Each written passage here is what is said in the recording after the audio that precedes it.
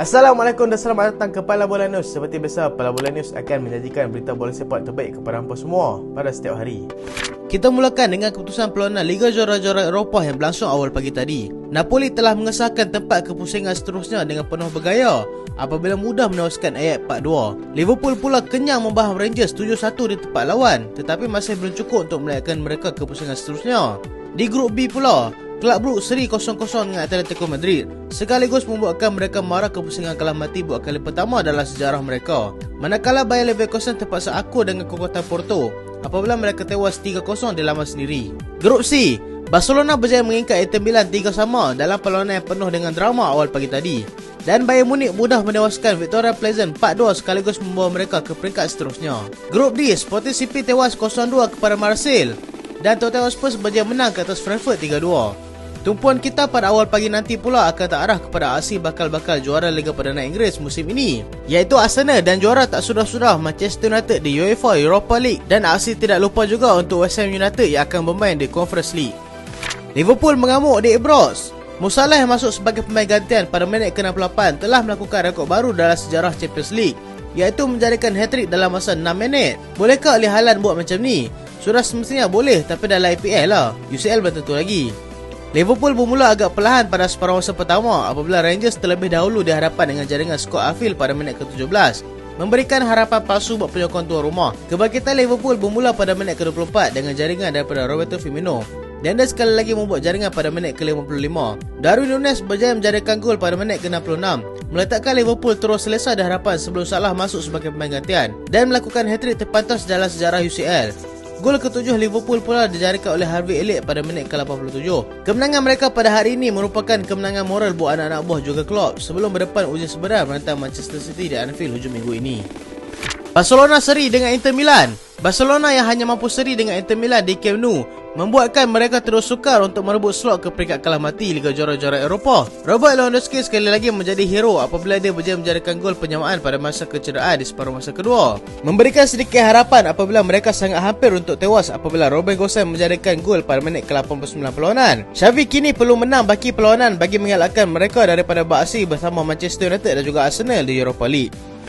Son Heung-min kembali menjadikan gol. Dua jaringan daripada Son Heung-min dan satu gol penalti Harry Kane telah berjaya membantu Spurs untuk menang ke atas Frankfurt 3-2 di Stadium Tottenham Hotspur awal pagi tadi. Ini sememangnya memberikan kelegaan buat pengurusnya Antonio Conte kerana mereka dilihat gagal untuk menyelah dalam beberapa perlawanan sebelum ini selepas kehilangan Dejan Kulusevski akibat kecederaan. Kemenangan ini bagaimanapun belum cukup untuk membawa mereka ke peringkat seterusnya apabila hanya meletakkan mereka satu mata di atas Marseille yang kini berada di tempat kedua dengan 6 mata.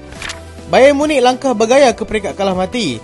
Kemenangan 4-2 mereka ke atas Victoria Pleasant telah membawa mereka ke pusingan kalah mati dengan bergaya dengan rekod tanpa kalah, memenangi kesemua 4 perlawanan sebelum ini. Walaupun persembahan anak-anak buah Julian Nagelsmann di Bundesliga kurang memberasakan, ianya tidak pun mempengaruhi tahap persembahan mereka di Liga Juara-Juara Eropah, di mana mereka begitu dominan dalam setiap perlawanan.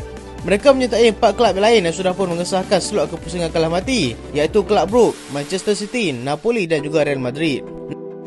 Napoli terus menguasai kumpulan A. Mereka melangkah penuh bergaya ke pusingan seterusnya apabila terus mengekalkan rekod tanpa kalah dalam 4 perlawanan setakat ini dengan menewaskan Ajax 4-2 di stadion keramat mereka. Mereka telah berjaya menjadikan 17 gol daripada 4 perlawanan mengatasi Liverpool di tempat kedua. Walaupun saingan masih lagi berbaki 2 perlawanan, mereka dikabarkan akan tidak berhenti menjadikan gol, tidak kira dalam Serie A ataupun UCL.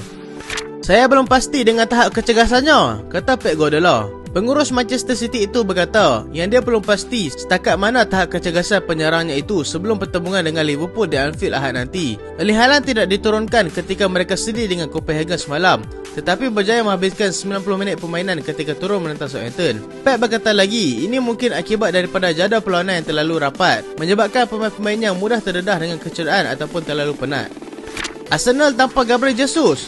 Mikel Arteta telah mengesahkan yang penyerang mereka Gabriel Jesus tidak akan menyertai pasukan bagi menentang Bodo Glimt di Liga Eropah awal pagi esok. Jesus diketepikan selepas dilaporkan mengalami sedikit kecederaan selepas perlawanan menentang Liverpool tempoh hari. Ini merupakan kerisauan besar buat Arteta kerana Jesus merupakan pemain sangat penting untuk membantu pasukan dalam menjadikan gol dan juga berupaya menciptakan peluang. Arteta juga memohon untuk pengadil lebih banyak memberikan perlindungan kepadanya kerana pertembungan secara fizikal terlalu kerap akan membuatkan pemainnya mudah tercedera. Arteta boleh jom main bola jentik kalau tak mau ada pertembungan fizikal.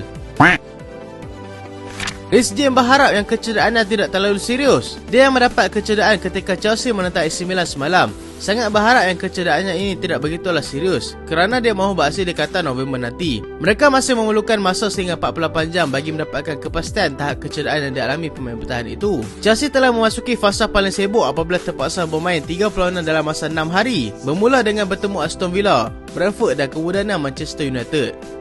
Paris Saint-Germain mahukan Mo Salah. Di sebalik kontroversi yang telah terjadi, Paris Saint-Germain berkemungkinan tidak akan menjual Mbappe ke Real Madrid, tetapi lebih suka untuk dia pergi ke Liverpool. Dan sekiranya itu berlaku, PSG akan meminta Mo Salah sebagai pertukaran dengan Kylian Mbappe. Jika melihat kepada perancangan awal, Paris Saint-Germain tidak berhasrat untuk menjual Mbappe pada Januari nanti, kerana ingin memberikan tawaran kepada mana-mana kelab yang berminat untuk mendapatkannya pada harga sekitar 300 hingga 350 juta pound.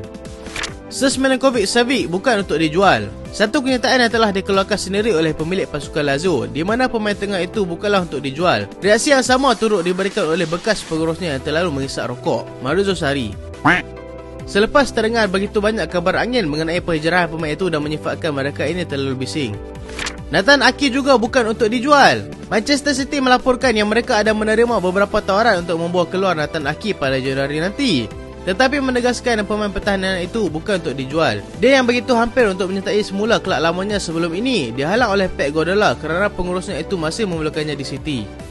Leverkusen tidak akan layan permintaan Newcastle United. Sporting Director Bayer Leverkusen, Simon Rolfes, mendedahkan yang mereka ada mendengar kabar kelab terkaya Liga Perdana Inggeris itu berminat dengan dua pemain mereka iaitu Patrick Schick dan juga Moussa Diaby, tetapi telah menegaskan yang mereka tidak akan melayan sebarang permintaan mereka buat ketika ini. Mereka akan cuba kekalkan pemain-pemain tonggak mereka ini selama yang boleh, ujarnya lagi.